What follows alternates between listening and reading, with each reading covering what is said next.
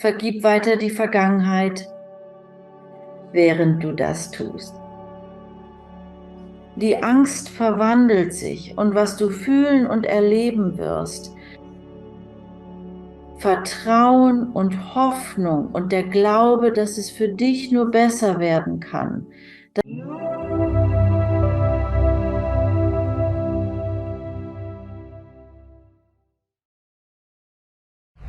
Ich begrüße die amtierende Championess Belinda Womack zurück in der Sendung. Wie geht es dir, Belinda? Mir geht's super, Alex. Danke fürs Wiedersehen. Ja, wir hatten letztes Mal ein so wunderbares Gespräch und ich wollte dich zurückhaben, besonders jetzt, wo wir uns dem neuen Jahr nähern und wollte sehen, ob wir mit den Erzengeln darüber sprechen könnten, was 2023 auf uns zukommt. Die letzten paar Jahre waren gelinde gesagt interessant für die Menschheit. Und ich weiß, es gibt viel. Oh Gott, was wird jetzt 2023 kommen? Solche Gespräche würde ich wirklich gerne führen. Aber bevor wir darauf eingehen, könntest du für die Leute, die unser erstes tolles Gespräch nicht gehört haben, ein wenig über deine Geschichte erzählen und wie du dazu gekommen bist, ein Kanal für die 12 Erzengel zu sein? Die Kurzfassung ist also, dass ich vor über 30 Jahren als Zellbiologin in einem Universitätslabor gearbeitet habe und einen Besuch vom Erzengel Gabriel hatte. Ich arbeitete tatsächlich an einer Stammzellprobe und es war ein Sprung in mein kreatives Gehirn. Davon bin ich überzeugt. Aber meiner Erfahrung nach wurde ich in einen völlig anderen Raum versetzt. Ich war nicht mehr im Labor. Ich war in einem Steinraum und ein Licht kam herein und da war dieser große, schöne Engel mit einer Trompete. Und ich wusste, das musste Gabriel sein, denn Gabriel kommt mit einer Trompete. Und Gabriel sagte, deine Arbeit wird sich verändern. Wir brauchen deine Hilfe. Die Menschheit hat vergessen, dass sie Gottes göttliche Kinder sind. Und ich sagte, ich habe keine Erfahrung mit dieser Art von Arbeit. Ich bin Biologe. Und der Engel sprach, Sie müssen nur den Inhalt des Buches kennen, richtig? Des großen, riesigen Links von mir. Das war ein einschüchterndes Buch, etwa 1 Meter breit und mindestens 30 Zentimeter tief, offen daliegend. Und es gab ein Wort, das Wort war Liebe und rote Feuerbuchstaben. Ich sagte, okay, ich kann das lernen. Und wenn es darum geht, was meine Arbeit sein wird, dann ist es, die Liebe zu verbreiten. Okay, aber ich habe trotzdem versucht, mich herauszureden. Das ist wirklich erstaunlich, Isishi. Ich bin mir nicht sicher, ob ich das bereits in unserem ersten Gespräch gefragt habe, aber ich kann mir vorstellen, dass es überraschend war. Das ist ja nicht alltäglich. Passiert so etwas öfter? Oder hatten Sie solche Visionen schon immer? Oder ist das das erste Anzeichen dieser Fähigkeit? Haben Sie sich sehr erschrocken? Ja, ich hatte definitiv einen kleinen Schockmoment, denn mein ganzer Körper hat gezittert. Also ich wurde an diesen anderen Ort gebracht, aber ich kam wieder zu mir. Die dreidimensionale Realität, wie man sie auch nennt. Ich hielt noch immer meine Probe, die Spritze in der sterilen Werkbank, also sehr unterschiedliche Umgebungen. Nein, so eine Vision hatte ich zuvor noch nie gehabt. Als Kind, ich war definitiv super sensibel und habe Dinge gesehen und erlebt, aber ich dachte, ich hätte das alles abgeschaltet und weggesperrt. Genau, denn ich wollte ja ein. Danke. Ich bemühe mich immer, deine Fragen absolut ehrlich zu beantworten. Das Wichtigste, das ich seit meiner Kindheit hatte. Trotz allem blieb meine Sensibilität. Ich war gläubig, doch das war meine erste Erfahrung mit einem Erzengel und telepathisch zu mir sprach und mich zum Dienst rief. Absolut. Es fasziniert mich immer wieder, wie viele meiner Freunde und Kollegen von meiner Arbeit wissen und dies auch zum Ausdruck bringen. Sie kennen wirklich immer die Kanäle, Alex. Ich meine, das klingt irgendwie. Ich meine, um fair zu sein, ja, absolut, absolut. Es klingt nicht wie eine normale, alltägliche Situation. Aber was ich immer berücksichtige, ist, dass du kein gewöhnlicher Mensch warst.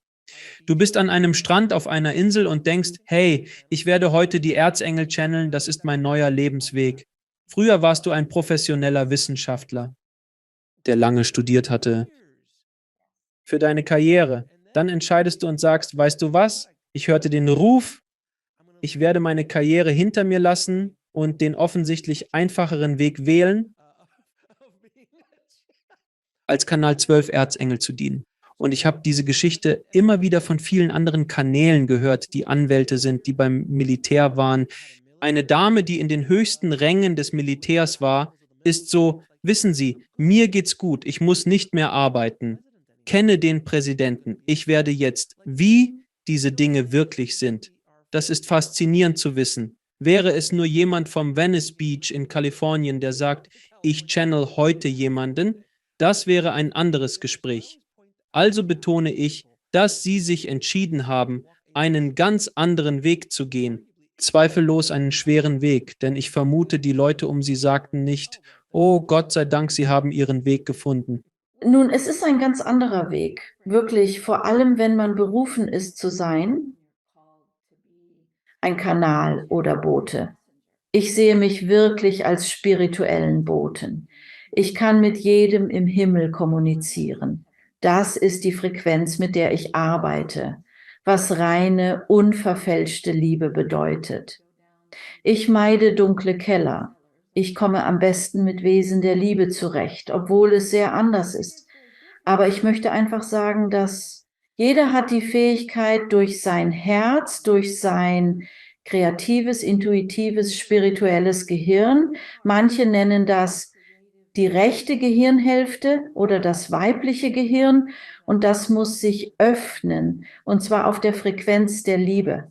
Also in der Bibel steht, diese Worte waren den Weisen und Gelehrten verborgen, aber den unschuldigen Kindern offenbart. Und ich kenne die Bibel nicht, aber ich liebe dieses Zitat, weil es sehr wahr ist. Wenn du dein Herz öffnest und du im Fluss der Liebe sein möchtest, der tatsächlich die Energie ist, die uns alle erschaffen hat, dann ist das der Ort, an dem die Engel verweilen und die Führer, die uns helfen wollen. Und so ist es wie die Kommunikation mit Alex und den Menschen, wenn sich diese Tür öffnet. Wenn sich diese Tür öffnet, dann ist es nicht abgehoben oder verrückt, sondern es ergibt einfach nur reinen Menschenverstand. Und so kommunizieren die Engel. Nun, wir kennen das Konzept der Schutzengel. Was ist der Unterschied zwischen einem Schutzengel und einem Erzengel? Also Alex, ich bitte um Verständnis deines Publikums, dass die 12 Erzengel und ihre Anzahl symbolisch sind. Sie sind nicht auf Hierarchie ausgerichtet. Und wir sagen das, weil sie glauben oder lehren, dass Engel verschiedene Aufgaben haben, genau wie Menschen verschiedene Aufgaben haben. Nicht wahr? Also sind Schutzengel nicht weniger als Erzengel. Sie stehen nicht über einer Fee, nicht wahr? Nicht, sie alle arbeiten zusammen.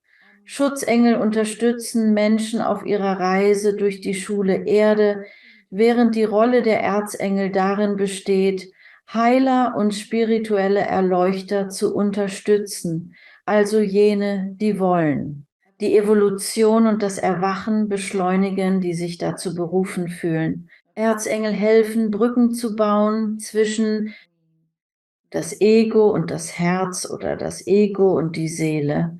Und Schutzengel helfen uns dabei, das tägliche Leben und uns weckt. Stell dir einen Schutzengel vor als jemanden, der hat, ich nenne es gerne eine violette Feuerpfanne, die Energie deines Kronenchakras. Sie begleiten dich, wecken dich auf und klopfen auf den Kopf, wenn nötig. Belinda brauchte viele solcher Kopfklopfer. Wenn wir wieder in die Spur finden, Angst überwinden, zur Liebe zurückkehren und in den kreativen Fluss eintreten müssen, weil wir unser Leben selbst gestalten, das begreifen viele nicht. Du und ich sprachen letztes Mal darüber, dass das Leben einem Film gleicht und wir viel dazu beitragen, unser Dasein zu formen. kannst du das Thema noch ein wenig weiter vertiefen, denn es kann nicht oft genug gesagt werden, wie sehr wir die Kontrolle haben. Was passiert? In unserem Leben passieren Dinge, die außerhalb unserer Kontrolle liegen und uns zustoßen, möglicherweise aus karmischen Gründen oder als Teil unserer Lebensreise. Aber ich habe oft festgestellt, dass, wenn ein Autounfall geschieht, es so scheint, als ob jemand versucht, uns wach zu rütteln. Wenn du vom Weg abkommst und plötzlich, weil du nicht auf das Flüstern oder die leichten Stupser oder sogar den Vorschlaghammer auf den Kopf gehört hast, müssen wir offenbar auf die nächste Stufe gehen. Und das ist etwas, das wirklich lebensverändernd ist. So erschütternd, dass du anhalten und darüber nachdenken musst, wo du stehst und wie du wieder in die Spur kommen kannst. Die Pandemie hat das weltweit bewirkt. Ja, in vielerlei Hinsicht. Und Schutzengel helfen uns. Bis zu dem Punkt eines Autounfalls. Sie bemühen sich, Hilfe zu leisten. Weckt uns und sagt, schaut, ihr erschafft diese Geschichte. Die 12 Erzengel würden sagen, wir sind einflussreich in unserem Leben, doch haben wir nicht die volle Kontrolle. Sie behaupten, die Seele, der größere Teil von uns, führe das Kommando, habe unser Ego und unseren menschlichen Ausdruck erschaffen. Das Verständnis dafür ist ein Akt des Sich-Ergebens und erfordert tägliche Übung, das weißt du. Unsere Gedanken, Gefühle und Überzeugungen, vor allem die des Unterbewusstseins, das über 90% von uns ausmacht, manifestieren sich in der Realität. Diese Überzeugungen zeigen sich immer. Wir können handeln, um stets ein glücklicheres Leben wie einen Film zu gestalten, Verantwortung zu übernehmen. Besonders für unsere bewussten Gedanken und diese zu erhöhen, also dunkle, wütende. Zu viele Nachrichten zu schauen, das hilft uns nicht. Es hilft einfach nichts. Es ist sinnlos, unser Leben verbessern zu wollen. So wie es ist, sind wir stark. Influencer, unsere Absichten, unsere Gebete, unsere Mediation, unsere Sehnsüchte, unsere Seele. Und das ist Engelslehre, nicht wahr? Aber man sagt, unsere Seele gibt dem Ego, was wir begehren. Und nun das Ego. Was bedeutet unser Bewusstsein, nicht wahr? Also kann das Ego diesen Wunsch verkleinern und ihn ganz hinab in das Alltägliche ziehen. Nehmen wir also zum Beispiel an, dass unsere Seele strebt danach, uns eine wunderbare neue Karriere zu ermöglichen. Aber das Ego wünscht sich lediglich eine Gehaltserhöhung bei der Arbeit in der Fabrik. Das Ego hat also genommen, was die Seele zu bringen versucht und es wirklich zusammengedrückt und die Schwingung gesenkt. Es ist unglaublich einfach und kraftvoll, wenn wir einen Wunsch haben, was auch immer der Wunsch ist, gib ihn der Seele zurück, der Quelle und sage, zeig es mir, ich bin offen dafür, ich erlaube dies oder etwas Besseres. Es ist simpel, doch es wirkt.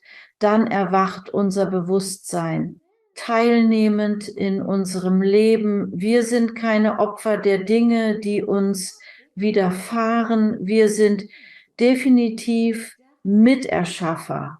Aber je mehr wir diese Schwingung verändern, ich glaube nicht wirklich, dass ich das bekommen kann, was ich möchte. Okay, dann zeig mir, dass ich das oder sogar etwas Besseres erhalten kann. Es ist einfach, aber es ist unglaublich. Wunderbar, ich berichte dir aus erster Hand, genau das geschah mit der Show, als ich sagte, gut, ich überlasse mich euren Händen, tut, was ihr wollt, ich gehe und erledige einfach meine Arbeit. Und keine Angst haben. Und plötzlich öffnete sich die Tür auf eine Weise, die ich nicht mal begreifen kann mit der Show und sie ist so schnell gewachsen. Und es war genau das Ergebnis jenes Gesprächs, das ich mit Gott hatte. Und ich sagte einfach, hey, ich überlasse es deinen Händen. Ich lasse das Steuer los, du lenkst, ich schiebe, denn ich muss meine Arbeit machen. Ich kann nicht nur auf dem Rücksitz bleiben. Ich muss arbeiten. Ich erledige meine Arbeit. Doch nun musst du die Türen öffnen, die mir verschlossen sind. Wenn ich diesen Weg gehen soll, dann zeige mir genau, was du versprochen hast. Zeig es und ich handle. Und Junge, hat man das gesehen und es zeigt sich immer wieder mit Gästen wie dir und vielen anderen, mit denen ich das Vergnügen zu sprechen hatte, die kürzlich erschienen sind. Wie aus dem Nichts gezaubert. Es ist bemerkenswert. Nun und Alex, deine Seele. Du bist ein spirituelles Leuchtfeuer und Lehrer hier auf Erden, gesandt von deinem Team. Wahrscheinlich spürst du das. Die 12 Erzengel gehören auch dazu. Deine wahre Mission ist es, Menschen zu inspirieren, sich ihrem immensen kreativen Genie zu öffnen. Dieses Genie soll in Liebe und Geist schwingen mit Unterstützung und Führung. Denn die kreative Seelenkraft ermöglicht es uns, geliebte Arbeit zu verrichten, Berufungen zu folgen, die wir lieben und die zugleich einen Unterschied machen. Mache einen Unterschied, indem du die Schwingung erhöhst und die Geschichte für alle Beteiligten veränderst.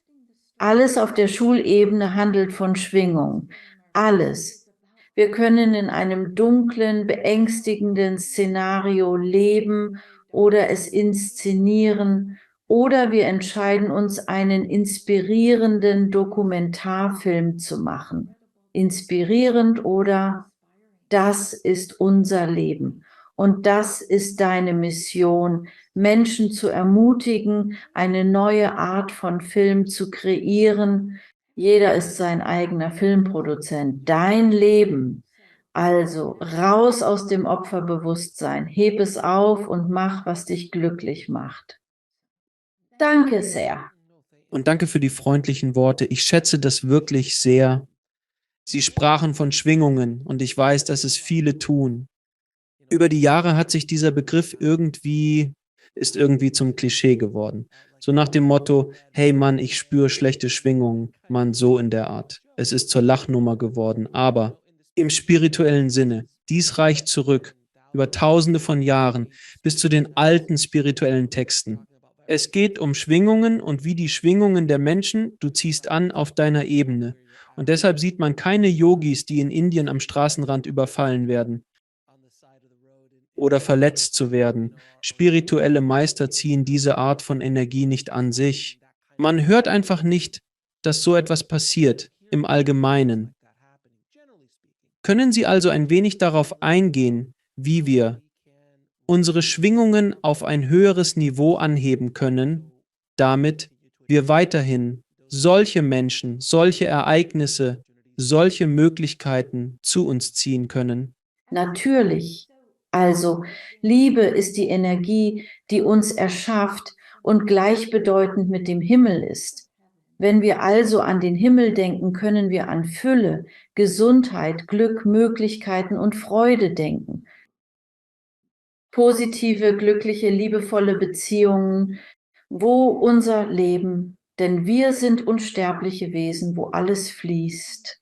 Wenn du die Schwingung der Liebe reduzierst oder mit etwas namens Angst verdünnst. Angst trägt Namen wie Negativität, Feindseligkeit, Schuld, Scham, Schuldzuweisung, Unzulänglichkeit, Unwürdigkeit. Wenn du die Schwingung der Energie, aus der wir gemacht sind, verringerst und weiterhin in Angst investierst, in einen Zustand übergehst, wo du alles kontrollieren, beurteilen und negativ vergleichen musst, dann ziehen wir diese Schwingung weit nach unten. Je mehr wir in Angst und deren Negativität investieren, desto mehr kann das Gewalt, Drogen, Verzweiflung, Aufgeben und Hoffnungslosigkeit bedeuten. Das wird angezogen.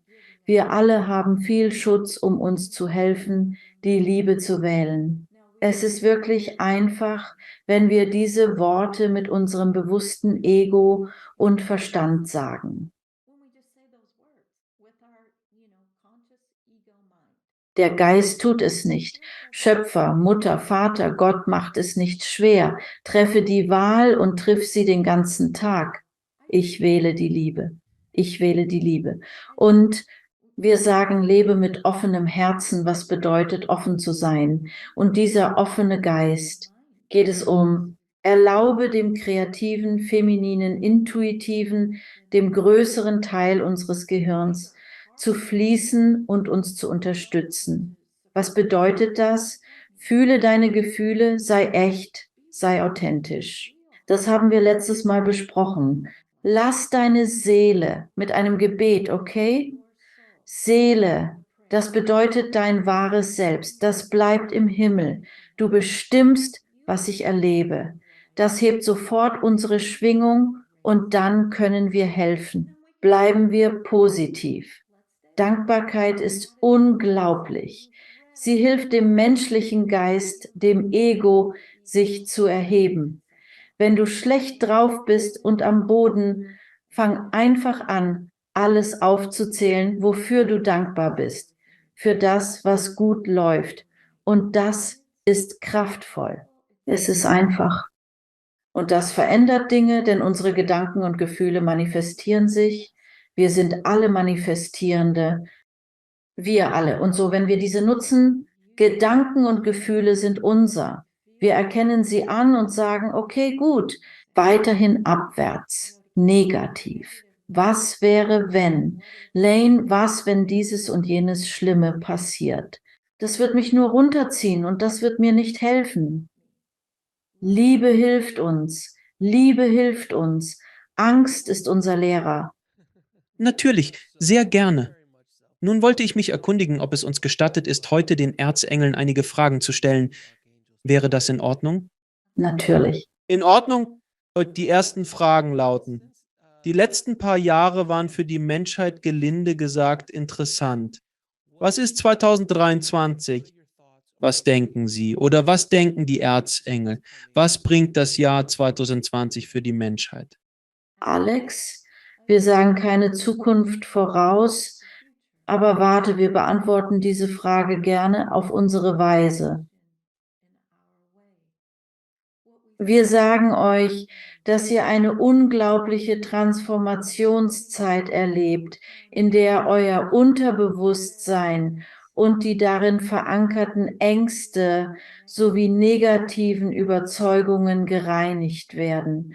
Eure Schwingung beginnt zu steigen. Zurück zur Zentralsonne, dem Herzen des Schöpfers. Warum?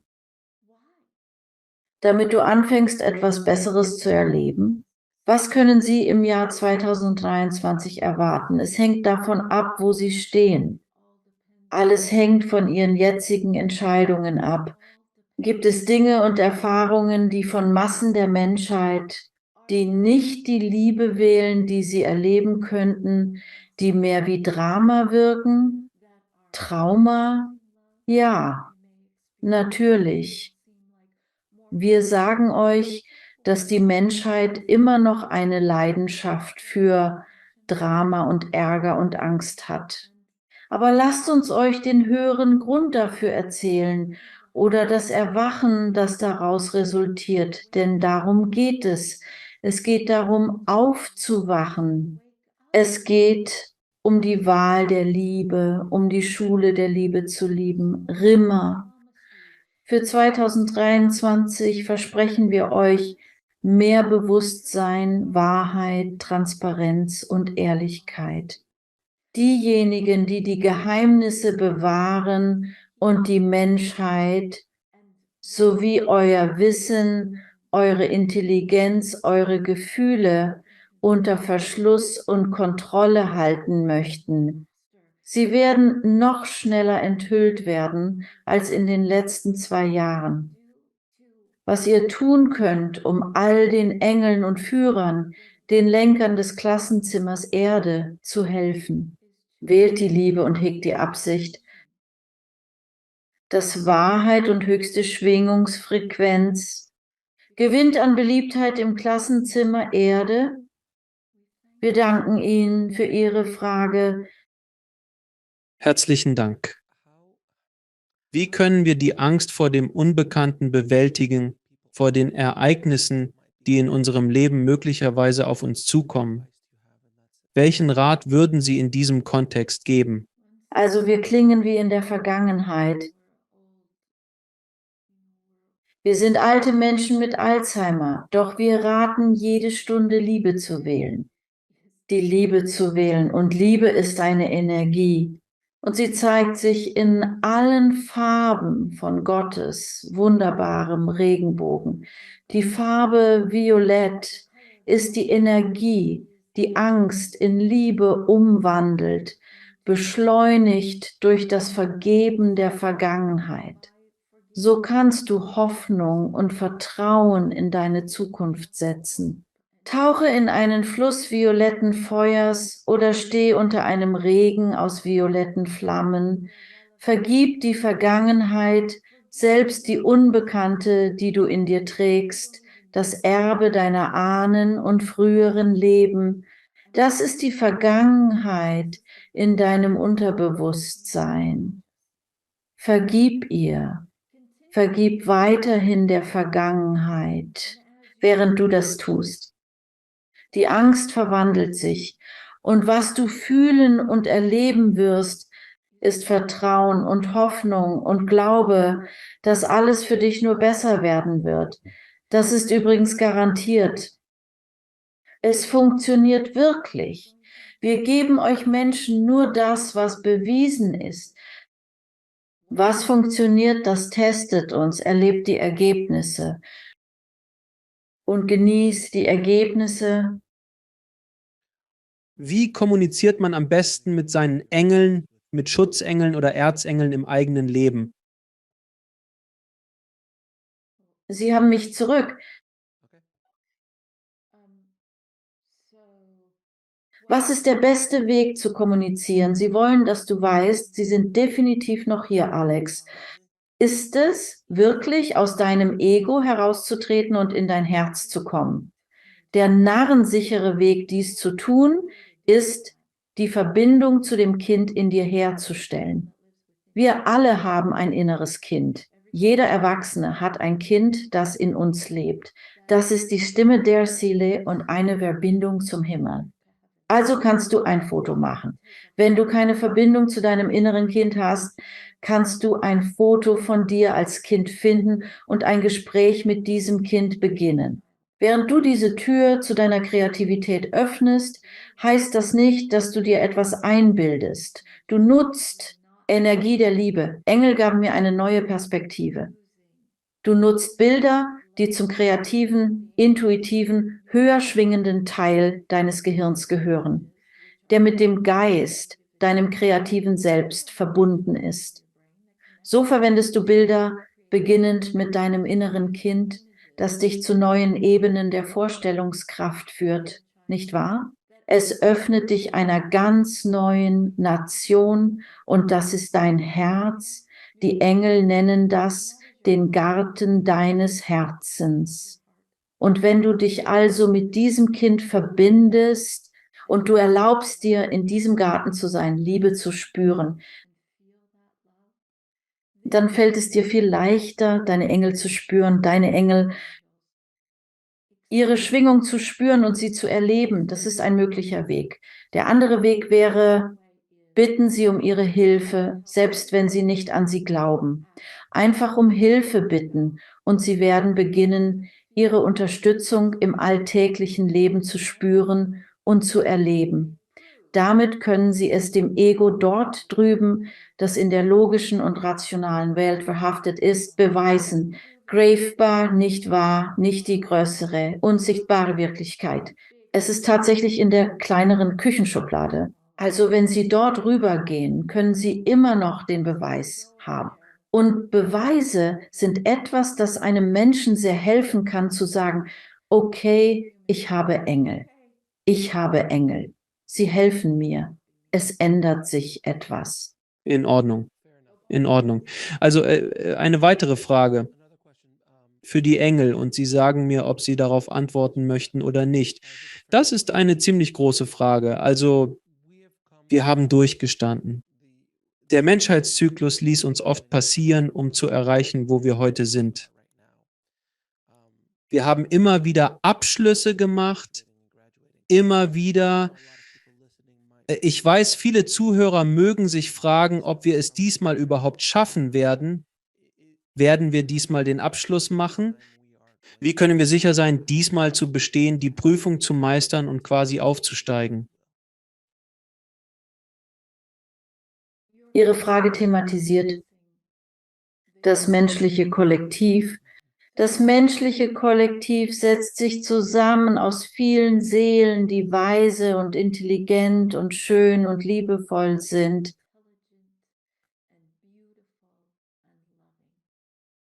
Sie sind weitaus zu mächtig. Versagen zu akzeptieren, denn Versagen entsteht oft aus Angst. Und es ist nützlich, damit das menschliche Kollektiv begreifen kann. Du bist unsterblich, als ob es einen Körper gäbe, der aus unendlich vielen Zellen besteht. Was sind schon unendlich viele Zellen? Und jede dieser Zellen ist ein Mensch. Aber wir sehen es als unendliches Kontinuum, so wie die Seelen, die sich durch all die Egos ausdrücken, erwacht, nicht wahr? All diese Egos beginnen sich zu verschieben und zu bewegen bei den vielen verschiedenen Schwingungen. Manche sind in den Tiefen der Angst gefangen, während andere sehr wach und erleuchtet sind. Alles geht vorwärts. Die Menschheit schreitet voran. Unsere Antwort ist sehr einfach. Es darf keinen Misserfolg geben. Erzengel, Gaia ist die Schule der Erde. Eure Erde ist ein Erzengel. Sie wird keine Zerstörung zulassen. Ihr habt Wahrnehmungen, und so sagen wir euch. Verändert eure Wahrnehmung, wenn ihr weiterhin glauben wollt, dass alles dem Untergang geweiht ist, dass die gesamte Menschheit und unser Planet Erde, unsere Schule des Lebens, zerstört werden und jedes lebende Wesen ausgelöscht wird. Wir respektieren diese Wahrnehmung. Doch wir möchten euch sagen, selbst aus der dunkelsten, tiefsten Zerstörung entsteht neues Leben. So wurde eure Schule entworfen und erschaffen, und das lässt sich nicht ändern. Es wird helfen, eure Wahrnehmung zu ändern, sie in euer Bewusstsein fließen zu lassen, denn dann strömt sie weiter in den Rest des großen menschlichen Körpers. Das besagt, ja, es gibt Krebszellen, aber es gibt auch Gesundheit und Wohlbefinden und zusätzliche Zellen. Lassen wir unsere Wahrnehmung zur Wahrheit wandeln, dass wir uns erheben werden als menschliche Gemeinschaft, als ein menschlicher Körper, der aus Seelen besteht, die lernen und wachsen. Und vergiss nicht all die anderen Seelen in den Bäumen, in den Tieren, im Wasser, in der Luft. Für alle besteht aus Liebe und Liebe kann nicht zerstört werden.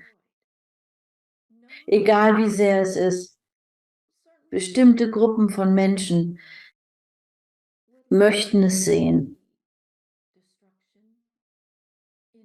In ihrer Gesamtheit, einfach weil sie sehen möchten, wie das aussieht.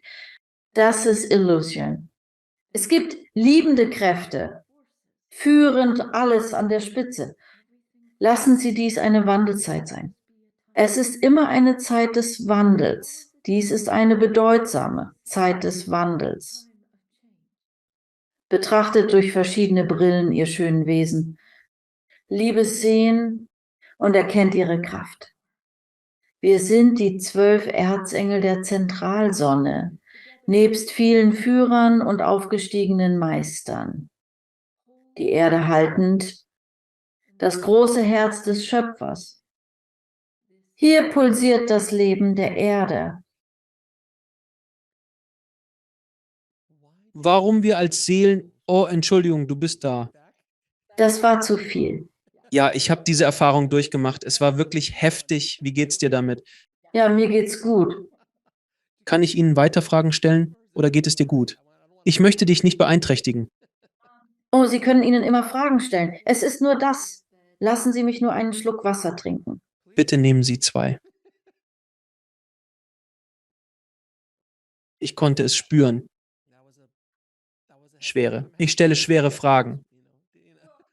Alex, wenn Sie so durchkommen, was du vielleicht weißt oder nicht weißt, ist, dass Sie wissen, wer dein Publikum ist und wer dein Publikum in Zukunft sein wird.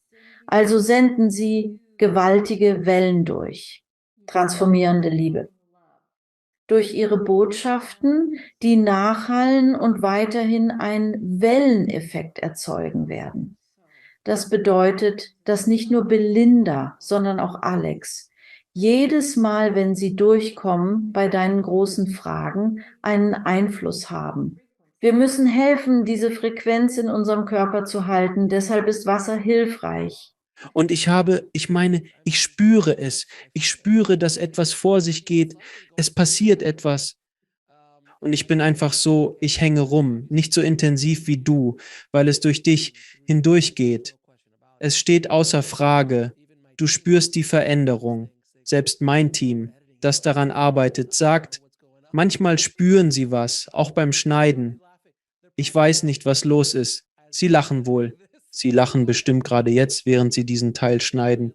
Genau jetzt müssen sie lachen. Das geht an euch, Jungs. Nun, hier ist eine weitere große Frage, die mir oft gestellt wird. Und sie zählt zu den grundlegenden Fragen des Lebens.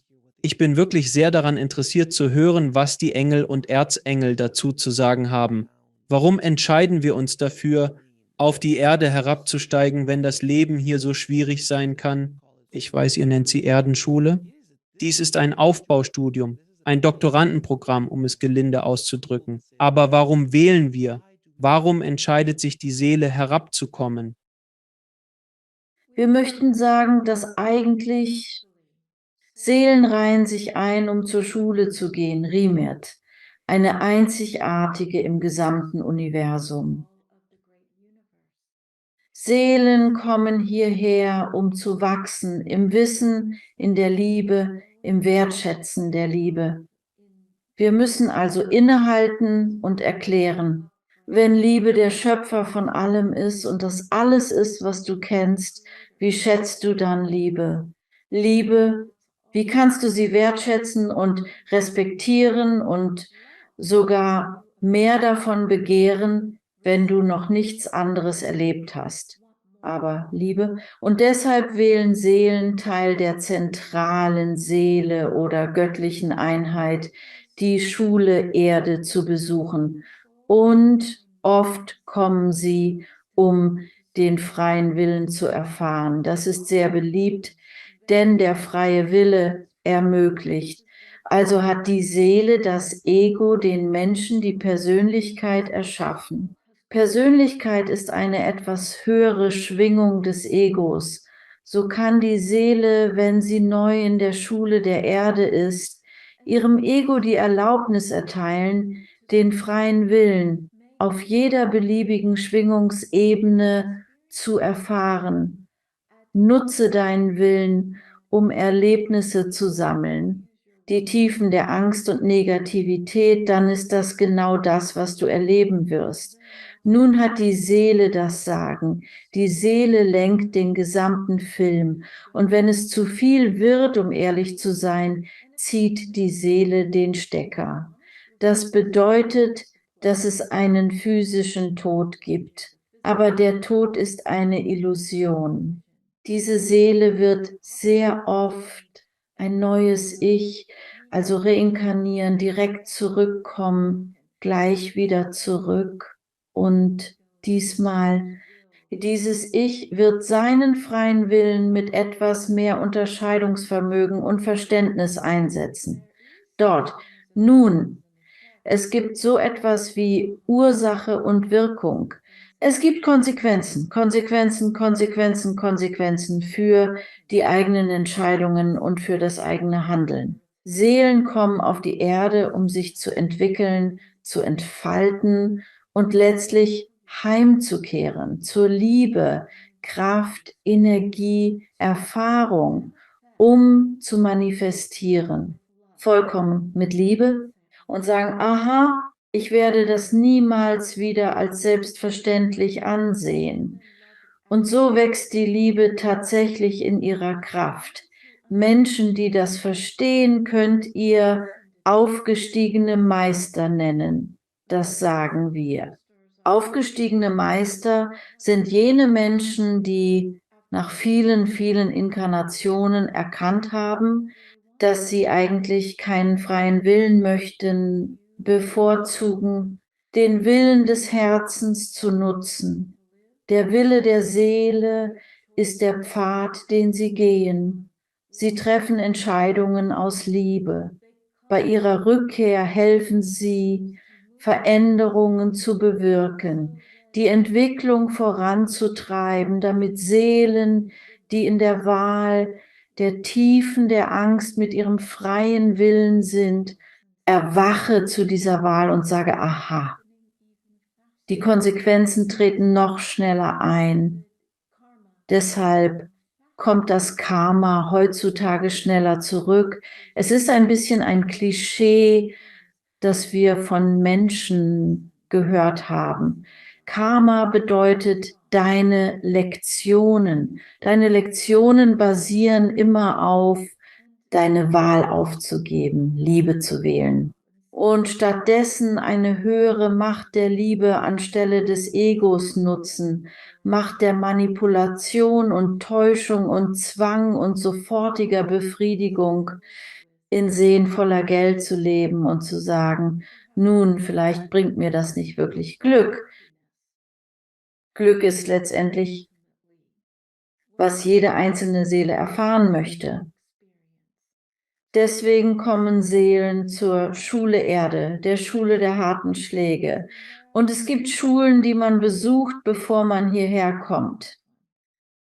Aber diese hier, wir lieben diese Schule, denn sie hilft der göttlichen Einheit zu wachsen und weiterzugehen. Wir müssen Belinda eine Pause gönnen.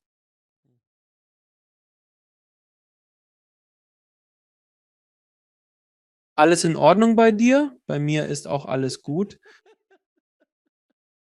Ich möchte keine weiteren großen Fragen stellen. Du kannst fragen. Es ist einfach so, wir sind auf der Erde.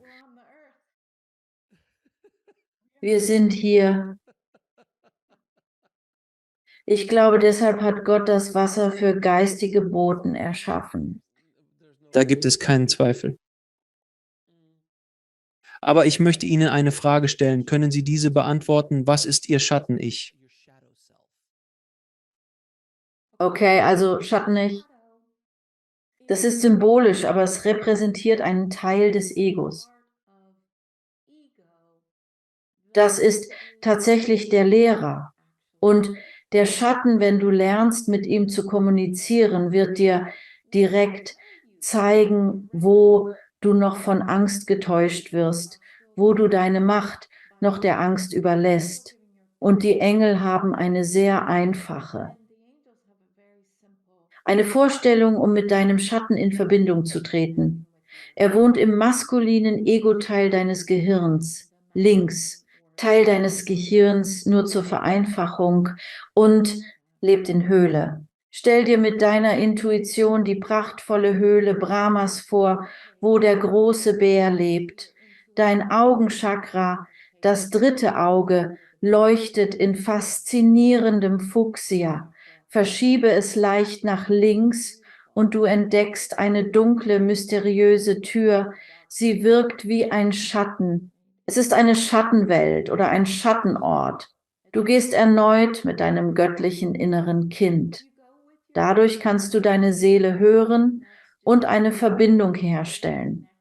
Achte darauf, die Wahrheit ans Licht zu bringen. Du schreitest durch die dunkle Öffnung zur Höhle, wo Schatten herrscht.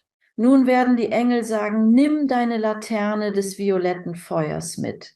Nimm ein Licht des violetten Feuers, nicht wahr? Diese Energie, die Angst in Liebe verwandelt. Und führe ein Gespräch mit deinem Schatten und sage, Schatten, wie täuschst du mich? Wie verfalle ich der Verführung, stets in Angst zurückzukehren, nicht wahr? Statt in jenem höheren Geist, in der schwingungsvollen, hoffnungsvollen, dankbaren Sphäre des Herzens zu verweilen. Wie stürze ich mich die Treppe der Schwingungen hinunter und lande im Alligatorteich? Alligatoren stehen symbolisch für Ängste. Und der Schatten wird es dir bestätigen. Zum Beispiel könnte es sein. Als Kind fühltest du dich überflüssig. Deine Familie hatte sicherlich ihre Probleme, so wie jede andere Familie auch. Aber deine Familie hatte so ihre Geschichten oder es war dir nicht erlaubt. Drück dich aus, all diese Dinge, dein Schatten weiß sie und dein Schatten kennt sogar die Ängste, die noch in deinem Unterbewusstsein feststecken. Also kennt dein Schatten so ziemlich alles. Und das ist bemerkenswert. Nur eine einfache Übung. Ich fühle mich etwas ängstlich, was mein Schatten wohl dazu zu sagen hat. Ist das sinnvoll? Es ergibt Sinn. Ja, es ergibt absolut Sinn. Du hast jetzt schon ein paar Mal in diesem Gespräch und auch im letzten das Thema Chakren angesprochen. Ja, das Chakrensystem, über das seit Tausenden von Jahren gesprochen wird. Es ist ein uraltes System und ich weiß nicht genau, wann es entstand, aber es kommt aus dem Westen, nein, aus dem Osten. Entschuldigung, könnten Sie den Leuten das erklären? Es ist ein Begriff, ähnlich wie Vibes, der übernommen wurde. Es ist im Zeitgeist. Zweifellos haben die Leute schon das Wort Chakra gehört. Es wurde esoterisch verklärt, doch es gibt eine echte spirituelle Basis. Können Sie erklären, was Chakren sind und welche Rolle sie in der Seelenevolution spielen? Chakren sind unsere spirituellen Batterien und dienen als Energiespeicher. Bei der Erschaffung eines Menschen entsteht ein physischer Körper, richtig? Das ist der, den wir täglich duschen. Wir besitzen auch einen emotionalen Körper. Das ist der Ort, an dem wir unsere Gefühle spüren. Und das ist der göttlich-weibliche oder die göttliche Mutter in uns. Sie besteht aus Klang, der Emotion ist. Und wir haben einen göttlich-männlichen Teil in uns oder männlich. Und das sind unsere Gedanken und unsere Überzeugungen bilden unseren mentalen Körper. Uns wurde beigebracht, stark aus diesem zu leben, den emotionalen Körper zu vernachlässigen. Wir schenken oft dem physischen Körper Aufmerksamkeit, doch es gibt einen weiteren Körper, den Elternteil, identisch mit der Seele, unseren spirituellen Körper. Dieser kümmert sich um uns, ist unsterblich und besitzt Energiebatterien, die bei unserem Erwachen den mentalen und emotionalen Körper aktivieren. Können wir uns in diese Energie einstöpseln und sie nutzen. Und wir können diese Batterien oder Chakren der spirituellen Energie nicht nur nutzen, um uns selbst zu helfen, sondern auch um anderen zu helfen, denn sie gehören eigentlich dem Schöpfer. Der Schöpfer, die göttliche Einheit, die göttliche Quelle hat Chakren. Die einfachste Art, sie zu verstehen für uns Menschen ist, dass sie in den Farben des Regenbogens erscheinen. Wenn wir also einen Regenbogen sehen, sind das die Chakren Gottes, die arbeiten und uns daran erinnern, hey, füll dich auf mit etwas Liebe. Liebe kommt in wunderschönen singenden Farben, aber es ist Energie, die wir nutzen, um unser Leben zu verbessern und anderen zu helfen. Ja, genau, das erklärt es. Und je mehr du dich entwickelst, laut meinem Verständnis, als Seele und du einem aufgestiegenen Meister immer näher kommst, öffnen sich diese Chakren, weil sie manchmal in einer Seele durchgehend schlummernd bleiben. Okay, also aus der Perspektive der 12 Erzengel. Die Seele besteht aus diesen spirituellen Körpern, aber dein Ego, dein Bewusstsein, das hier die Kontrolle hat, ist wie der Fahrer deines Autos, deines Geistes, deines menschlichen Seins. Du hast keinen Zugang zu all dieser Kraft, denn wenn du nicht verstehst, wie man sie nutzt und verantwortungsvoll verwaltet, wirst du dir nur selbst Schaden zufügen.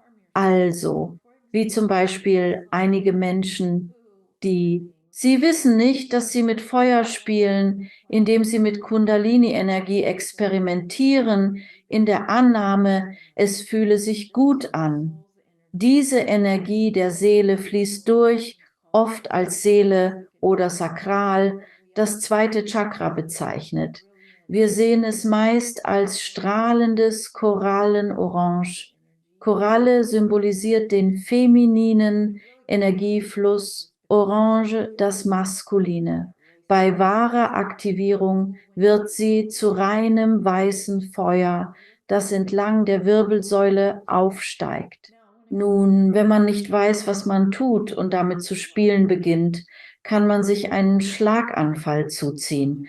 Ich möchte kurz erklären, warum das passiert, denn wenn man sehr linkshirnig, logisch, rational, Kontrolle, ich glaube nur an das Greifbare. Und wenn man beginnt, mit dieser Kundalini-Energie zu arbeiten, öffnet sich eine Tür. Die Engel nennen sie das violette Tor zwischen der linken und der rechten Gehirnhälfte oder wo das Ego sitzt und wo alles vom Geist fließt und die Intuition auf der Schwingung der Liebe. Und so schießt die Kundalini hoch und sprengt die Tür auf. Wenn diese Tür fest verankert, kristallisiert und verschlossen bleibt oder du nicht bereit bist, dass sich das volle Bewusstsein deines spirituellen Gehirns öffnet, wirst du wahrscheinlich einen Schlaganfall erleiden und weg sein. Deshalb ist es so, Alex, bei dem, was du geteilt hast, dass die Chakren sind nicht verschlossen, richtig? Es geht eher darum, dass unser Bewusstsein daran arbeitet, Zugang zu ihrer Kraft zu finden. Wir wählen, wie wir lieben, während unser Bewusstsein sich entwickelt. Was heißt das? Es bedeutet zu lernen, was Leben aushalten kann durch Lernen. Wow, ich muss jetzt hier sein. Ich muss die Vergangenheit vergeben. Ich muss die Zukunft der Quelle überlassen und sie mich erkennen lassen. Ich werde mich der Seele und dem Willen meines Herzens hingeben. Und während wir das tun, dann haben wir Zugang, denn dann hat dieses Ich erklärt, ich werde in meiner Seele leben, ich werde eins sein, ich werde vereint sein. Und dann haben wir Zugang. Es ist also nicht verboten, es ist ein Schutz. Wie wir lernen, wir können mehr machen, nicht wahr? Wir geben doch keinem Vorschulkind. Einige können es wahrscheinlich, diese ganz besonderen, aber algebraische Gleichungen, nicht wahr? Es ist, als gäbe man einem Vorschulkind Rennwagenschlüssel. Ja, genau. Denn Algebra kann dir nicht wehtun, aber ein Rennwagen schon. Und er kann auch vielen Menschen in der Umgebung Schaden zufügen. Aber wenn du ein 5-jähriges Kind in einen Rennwagen setzt und sagst, hier ist der Startknopf, so schaltest du ihn ein und so fährst du. Und sie haben noch nie gefahren. Diese Art von Kraft zu handhaben, diese Macht, das ist gefährlich. Und das ist auch mein Verständnis davon. In meinen Studien alter antiker Texte ist es nichts, mit dem man leichtfertig umgehen sollte. Und es braucht ich meine, yogische Meister benötigen Lebenszeiten, um diese Art von Fähigkeiten und die damit einhergehenden Kräfte sowie das Bewusstsein zu erlernen. Wenn du diese Chakren öffnest, das Bewusstsein für Dinge, ist es einfach eine Energie, die schwer in Worte zu fassen ist. Nun, es ist Liebe. Liebe ist eine Kraft, eine schöpferische Kraft. Richtig. Der Schöpfer, wie auch immer man die Terminologie verwenden möchte, Schöpfer, göttliche Quelle, göttliche Einheit.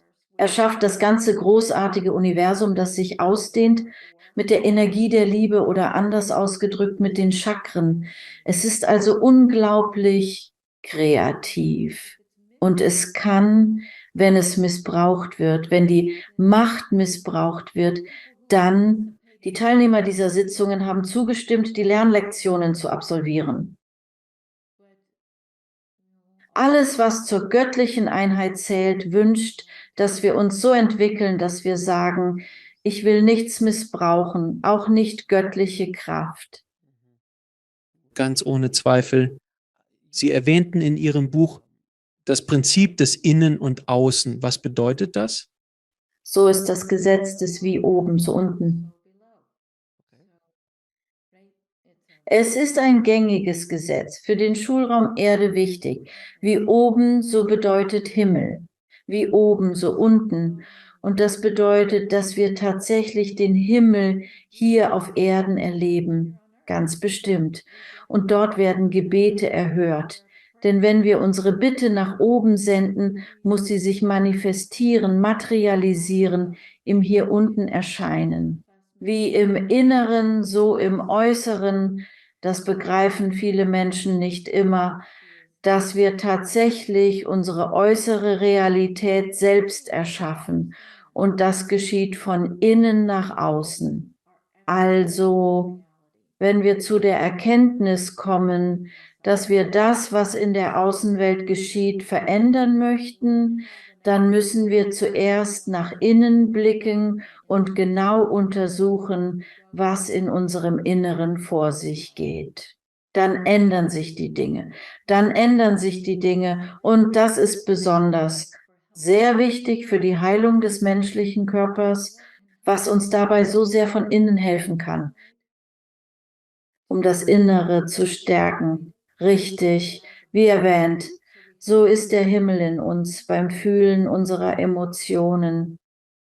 In Ordnung. In Ordnung. Jetzt werde ich Ihnen ein paar Fragen stellen. Das frage ich alle meine Gäste. Was ist Ihre Definition guten Lebens? Ein gutes Leben führen. Zu fragen, erfüllt zu sein mit des Schöpfers Fülle. Eine Fülle, wie die Engel sie definieren, ist Glück. Wie definieren Sie Gott? Gott ist Liebe.